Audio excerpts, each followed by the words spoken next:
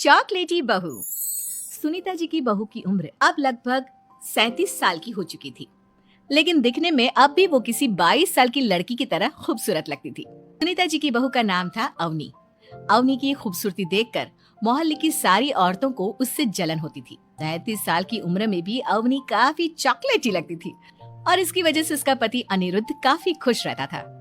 अरे अवनी, हमारी पड़ोसन कल कह रही थी, सुनीता जी आपकी बहू को देखकर तो लगता ही नहीं कि 37 की हो गई है। हो सकता है मम्मी जी उनकी बहू 27 साल की उम्र में भी 37 की लगने लगी है, इसीलिए बेचारी को आपसे जलन हो रही होगी।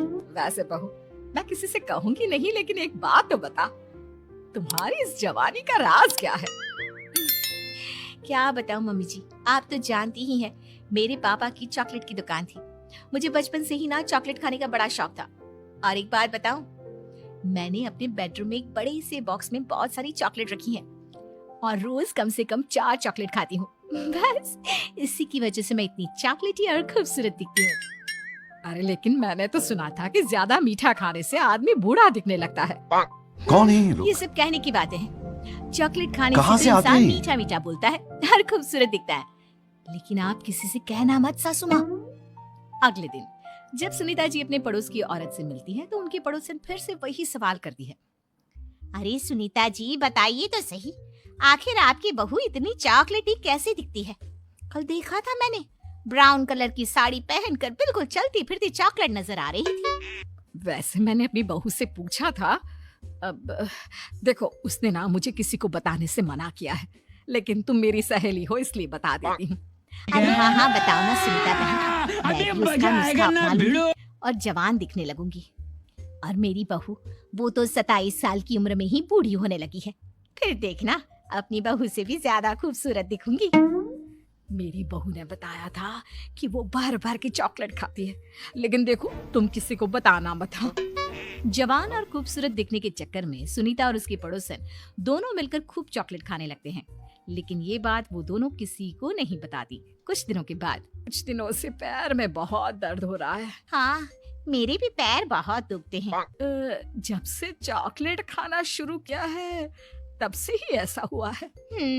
जवानी तो दूर, मेरे तो चेहरे की स्किन लटक कर नीचे आ गई है। कुछ दिनों के बाद, अनिरुद्ध बेटा, मैं डॉक्टर से ब्लड शुगर चेक करवाने गई थी, मुझे तो डायबिटीज हो गई है। मम्मी, लेकिन कुछ दिन पहले तो अचानक आपको डायबिटीज कैसे हो गई? अब तो मीठा भी कम खाती हैं।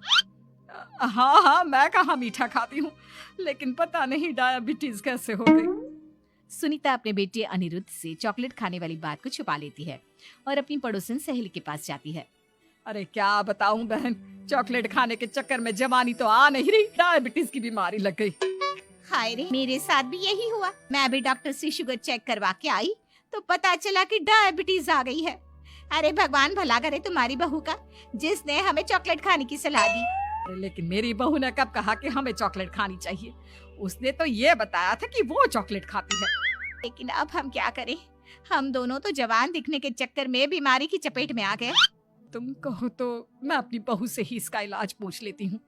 अरे वो तो इतना चॉकलेट खाती है, उससे भी तो डायबिटीज हुई होगी ना, तो वो भी तो अपना ध्यान रखती होगी। अरे रहने दो, तुम्हारे चक्कर में लेने के देने पड़ जाएंगे। जानती हो, हमारे मोहल्ले की सारी औरतों को डायबिटीज हो गई। और अभी तो रुको, अरे लेकिन क्लाइमैक्स अभी बाकी है। या कोई छूत की बीमारी थोड़ी ना है। बुरा मत मानना, वो तुम्हारी बहू का जवान दिखने वाला नुस्खा मैंने उन सबको भी बता दिया था। हाय रे, ये क्या कर दिया तुमने? मोहल्ले की सारी औरतों को मीठे की बीमारी लगा दी। अरे लेकिन अब क्या होगा ये बताओ। होना क्या है, जवानी तो दूर, अब बुढ़ापा जल्दी आ जाएगा। और फिर अगले दिन, मम्मी जी, मैंने सुना आपकी शुगर बहुत हाई आई है। हाँ बहू, अब मैं बीमार ही रहूंगी, पूरी जिंदगी ऐसे ही कटेगी। अरे मम्मी जी, लेकिन आपने